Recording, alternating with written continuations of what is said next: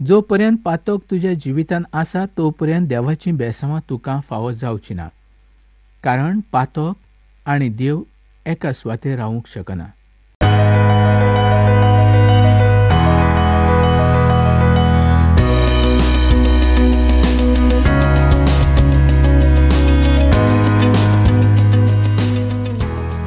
मोगा बाबळांनो, तुमकां खबर आसा की आमी दुसऱ्या सामुएलाचे पुस्तकाचें शिकप करतात. पयल्या सामुएलाचें जेन्ना आमी पुस्तक शिकले तेन्ना आमकां देवान जायतें शिकयलें आनी ह्याय सुवातेर देव आमकां जायतें शिकयता. जो कोण बारीकसाणेन आनी चोत्रायेन ह्या उतरांचेर विश्वास दवरता आनी आयकता तांकां देवाची बेसांवां भरपूर फावो जाता. जायतीं जाणां बरीं जाल्लीं आसात, जायतीं जाणांची गरज भागलेली आसा आनी जायत्या जाणांक देवाचो आशिर्वाद मेवलेलो आसा. हें तुमी आमकां चिटी बरोवन कळयतात त्या पासत आमी तुमकांय चड आनी चड देव बरें करूं म्हणटा. जायते फावटीं तुमी आमकां चीट बरोवन कळयना तुमकां कसलो आशिर्वाद फावो जालो, पूण आयज जायतीं जाणां आमकां कळयतात तेन्ना आमकांय बरीच कुशलकाय भोगता, कारण आमचो जिवो देव आमची गरज भागयता देखून. जायतीं जाणां आपणाच्या विचारान आसतलीं आयच्या दिसा आपूण कितें करूं आनी आपणाचें काम कशें जातलें, पूण देवाचेर विस्वास दवर. दोनी जेजू क्रिस्त तुज्या जिवितांत सगलें करूंक शकतलो आनी तो करीत आसा. तर आयज पळोवया आमी ह्या सामुएलाच्या 3ऱ्या विसरान. मोगाळ बाबळांनो, आमी पळयलें की दावीद सवकास बळवंत जायत वेतालो. ताचें बळ वाडत गेलें. देवान दाविदाक विचून काडलो आनी आपणाची येवजण पूर्ण केली आनी तो ताच्या मोना सारको राजा जावन आसलो. तरी देवान ताका पयलेच फावट सगळ्या इस्रायलाचेर राजा करूंक नासलो. पावण्यांनी देवान ताका वाडयल्लो आसलो आनी ताका इस्रायलाचो राजा जावंक बरीच वर्सां लागलेलीं आसलीं. जो पर्यंत तो राजा जावंक नासलो तो पर्यंत देवान ताका जायत्यो गजाली शिकयल्ल्यो आसल्यो. म्हणूनच मोगा बाबळांनो, आतां तो आमकां एक ल्हान मेंढरां राखपी दावीद असो दिसना. तो एक धाडशी, झुजणारो आनी सगळे तरेचो अनुभव आसलेलो मनीस जावन आसलो. आनी तसोच तो आमकां ह्या सुवातेचेर दिश्टी पडटा. सावलाच्या काळार इस्रायल राष्ट्राची परिस्थिती एकदम वायट जाल्ली आसली. इस्रायल देशांत सदांच झूज चालूच आसलें. राष्ट्र वाडचे पसत कोणेनूच प्रयत्न करूंक नासलो. राष्ट्राची परिस्थिती एकदम सोकला गेल्ली आसली. तांची ग्रेसकाय काबार जाल्ली आसली आनी दावीद हेब्रोनाक 7.5 वर्सां आसलो. मोगा बाबळांनो, देवान तर तांकां सांगलेलें आसलें की गशुरी, गिजरी आनी अमालेकी हांचो नाश करचो, पूण तांणी तशें करूंक नासलें आनी दाविदान दुसऱ्या वंशाच्या चेडवाशी लग्न केलें आनी ते गशुराचो राजा तिल्मई आजी धूव जावन आसली. तिच्या पासून दाविदाक आबशलोम जावंक पावता आनी ह्या दाविदाच्या पुतान आपणाच्या बापायच्या म्हणजे दाविदाच्या विरुद्ध बंड केल्लें आसलें. ह्या वेळान आमकां दिसून येता की देव आपणाची नदर कितले पयस पावयता. देवाची नदर सगळ्या गजाली कडेन लागलेलीच आसा. त्या वेळार दाविदाक देवान आज्ञा दिल्ली आसली, पूण ताका त्या आज्ञेचें कांयच पडोवन वचूंक नासलें. म्हणून ताणें त्या राजाच्या धुवेशी आपणाचें लग्न केलें. मोगा बाबळांनो, आमी सुद्दां जायते फावटी अशेंच करतात. आमी पूर्ण देवाची आज्ञा पाळिनात. थोड्योच देवाच्यो आज्ञा पाळटात आनी बाकीच्यो सगळ्यो आमी आमकां जाय तशें करतात. आमची खुशी आमी करतात आनी ताचो परिणाम आमी उपरांत भोगतात. जें कितें आमी करतात त्याच प्रमाणे आमकां फावो जाता आनी उपरांत आमचे दोळे उदके जातात आनी आमी म्हणटात, आरे, अशें आमी करूंक नाका आसलें, म्हज्या हातांतल्यान चूक जाली. जर आमी तशें केल्लें जाल्यार अशें म्हज्या जिवितांत घडोवन येवचें नासलें. मोगा भावणानो, आयज तुमच्या जिवितांत अशें कितें आसा जें देवाक आवडना आनी त्या उद्देशीं तुमच्या जिविताक कसली आडखळ आसा, तो आयजूच तें पयस कर. देव तुका आदार दितलो. जो पर्यंत पातक तुज्या जिवितांत आसा तो पर्यंत देवाची बेसांवां तुका फावो जावची ना, कारण पातक आनी देव एका सुवातेर रावूंक शकना. मोगा बाबणानो, जो पर्यंत दाविदाच्या जिवितांत पातक आसलें तो पर्यंत दाविदाक देवान आशिर्वादीत करूंक नासलो. तुमकां सगळ्यांक देवाचो मोग फावो जावचे पसत तुमी देवाची आज्ञा पाळूंक जाय. ह्या सुवातेर एक आमकां गजाल दिसती पडटा, ती म्हणजे दाविदाक एक भयण आसली आनी तिका 3 पूत आसले, योवाब, अबिशय आनी असायेल. अब्नेराचो पाटलाग करता आसतना असायेल वो मेल्लो आसलो, म्हणजे ताका मारलो. आनी ताका मारलो हें आयकून अब्नेराकूय मारून उडयलो. दुसरें सामुएलाचें पुस्तक 3 अविसर आनी 6 वळीन आमी वाचतात की सावलाचें घराणें आनी दाविदाचें घराणें हांच्या मदें सदांच दुस्मानकाय आसली. सावलाच्या घराण्याक अब्नेर हाजो आदार आसलो. अब्नेर हो सावलाच्या सैनिकाचो मुखेल अधिकारी जावन आसलो. ताणें सावलाच्या पुताक म्हणजे इश बोशेत हाका राजा केल्लो आसलो. तो इदादीन व्हड आसलो आनी ताका बरोच अनुभव आसलो, पूण ताणें कांय गजाली अश्यो केल्ल्यो की त्यो ताणें करूंक नाका आसल्यो. 7वी आनी 8वी वळ तुमी वाचून पळयात. जेन्ना कोण त्या वेळार राजा जातालो ताणें मरोन गेल्ल्या राजाच्या दवरलेल्या बायलांचो उपेग केलो आनी देवाचे नदरेन आनी मनशाचे नदरेन ताणें व्हड पातक केल्लें आसलें. जेन्ना राजान ताका तशें करूंक आडायलें तेन्ना अब्नेराक क्रोध आयलो आनी तो ताका म्हणूंक लागलो, हांव कुत्र्याची तोकली आसा काय कितें, काय जुदेवांच्या वाटेचो आसा. खरें पळयल्यार राजाचें म्हणणें बरोबर आसलें. ताका राग येवंकूच जाय आसलो. दुसऱ्या उतरांनी सांगचें जाल्यार अब्नेरान सावलाच्या घराण्याशी संबंद तोडलेलो आसलो आनी इस्रायलाच्या 12 वंशाचेर राजा जावचे पसत ताणें दाविदाक आदार केल्लो आसलो. इश बोशेतान अब्नेराक कांयच म्हणूंक ना. तो सावलाचो पूत जावन आसलो, पूण ताजे कडेन सोत कांयच नासलें वो तशें ताणें शिकोवपूय घेवंक नासलें. तो जोनाताना सारको बरो लढाय करणारो नासलो. राजाच्या राजवाड्यांत तो ल्हानाचो व्हड जाल्लो आसलो आनी ताका अब्नेराची भिरांत दिसली. दावीद अब्नेराक म्हणूंक लागलो, जेन्ना तूं म्हाका मेळूंक येतालो तेन्ना सावलाची धूव मिकल हाका तुज्या बरोबर घेवन यो. तुमकां उगडास आसतलो की मिकल ही दाविदाची बायल जावन आसली. सावलान तिका दाविदा पासतूच पयस केल्ली आसली आनी हाकाच लागून ताका दूख आनी त्रास सोंसचे पडले. ताणें पातकाक आपणाच्या जिवितांत येवकार दिलो, पूण हें सगळें घडटा आसतना सुद्दां ताजो देवाचेर आसलेलो विस्वास उणो जावंक नासलो. दुसऱ्या खंयच्याय मनशा परस दाविदाचो देवाचेर आसलेलो विस्वास खूब व्हड जावन आसलो. अब्नेरान जी इश्टागत घडोवन हाडची अशी खोशी दाखयली ती दाविदान मानून घेतली. अब्नेरान केल्ल्या विस्वासघाताक लागून आमकां दिसून येतालें की दावीद सगळ्या इस्रायलाचेर राजा जावंक पावलो आनी आतां योवाबाच्या वरवीं अब्नेराचो खून जाता. ह्या सगळ्या काळांत योवाब विसरूंक नासलो की अब्नेरान ताच्या भावाचो खून केल्लो म्हूण.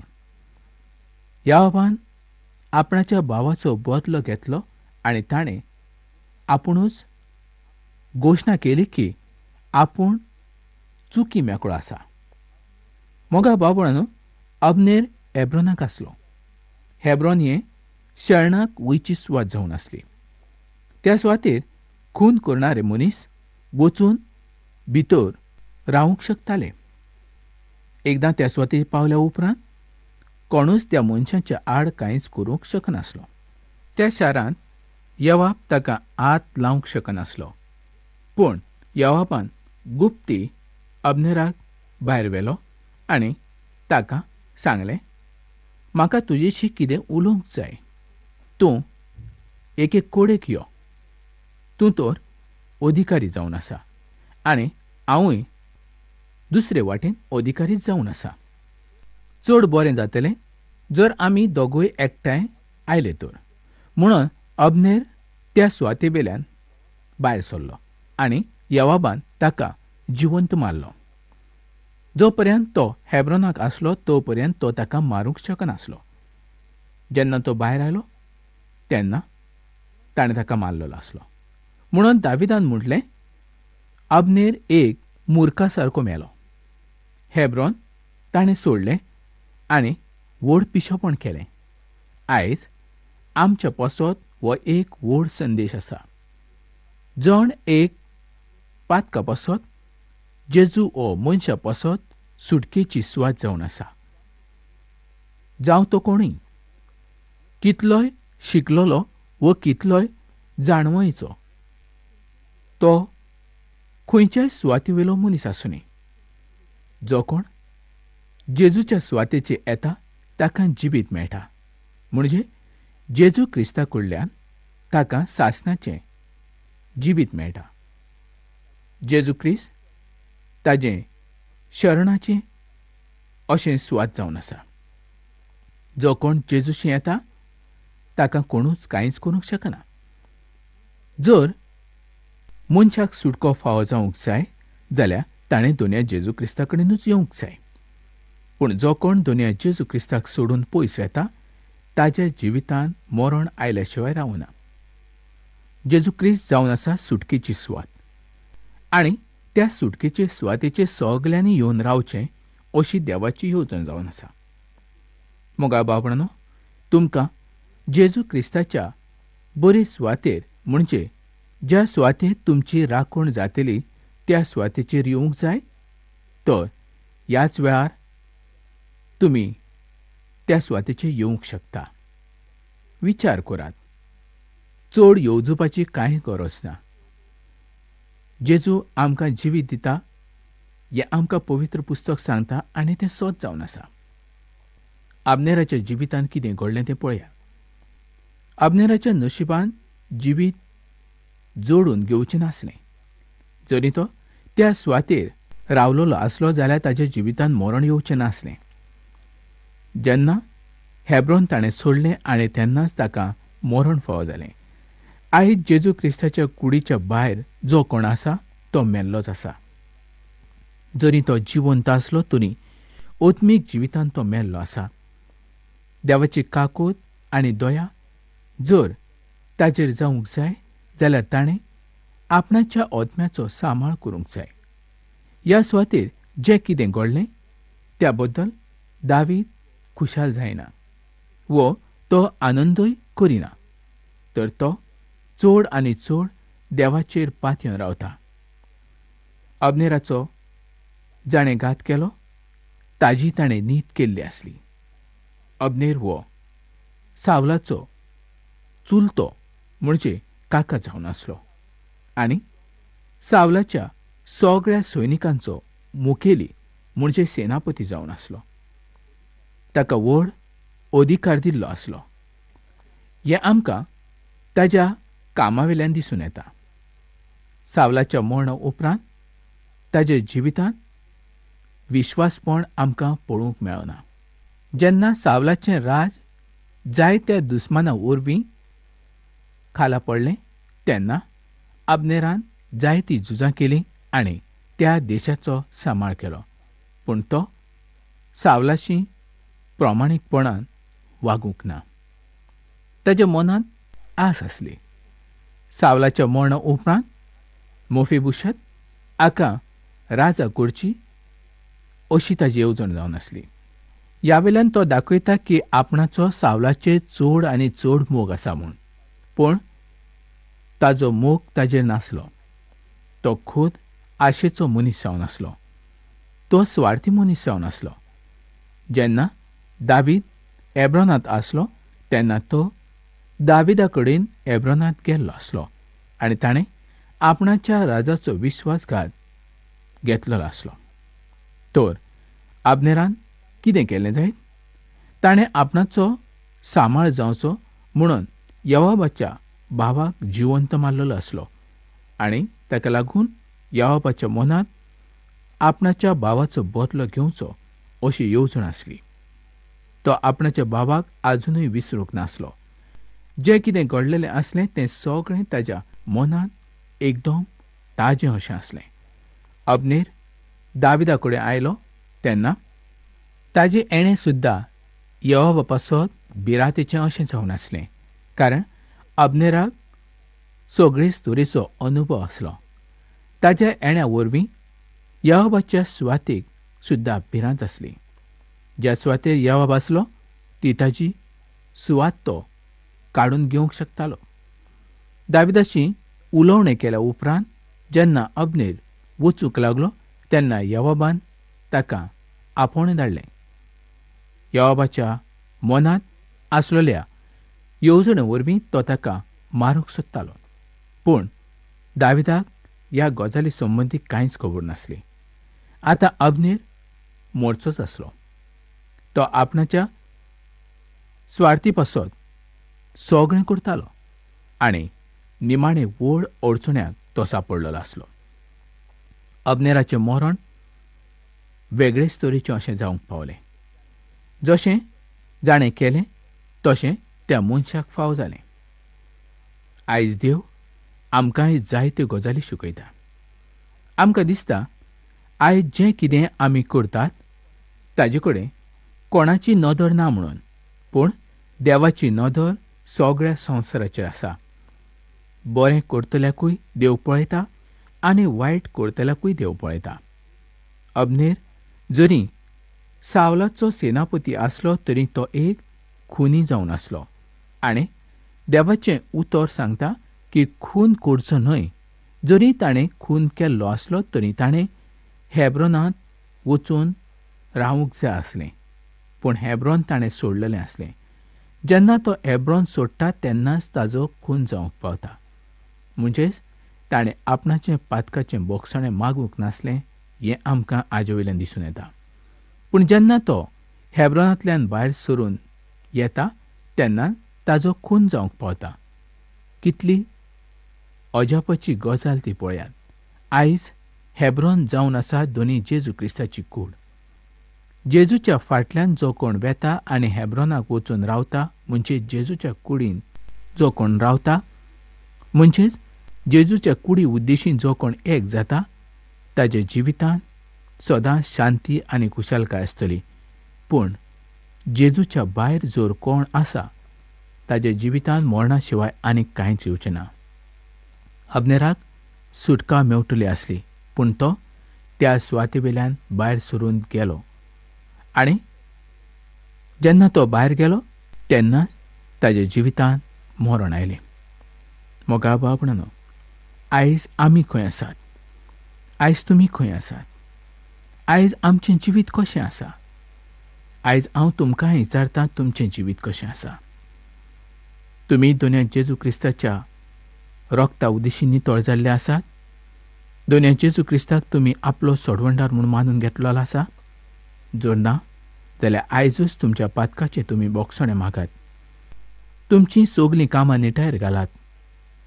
तुमच्या जिवितांत घडलेल्यो सगल्यो चुको ताका सांगात. तो तुमचें सुशेग घेवपाचें म्हणजे थारुणाचें आनी हेब्रोनाची अशी सुवात जावंक पावतलो. तर मोगा बाबणानो, आयची कार्यावळ आयकून तुका कितें फायदो जालो हें कळोवपाक तूं म्हाका विसरूं नाका. आयज तुजें कितें मागणी आसा ती तूं म्हाका कळय. तर ही कार्यावळ हांगाच आमी सोंपोवया आनी फुडल्या कार्यावळींत आमी परत मेळया.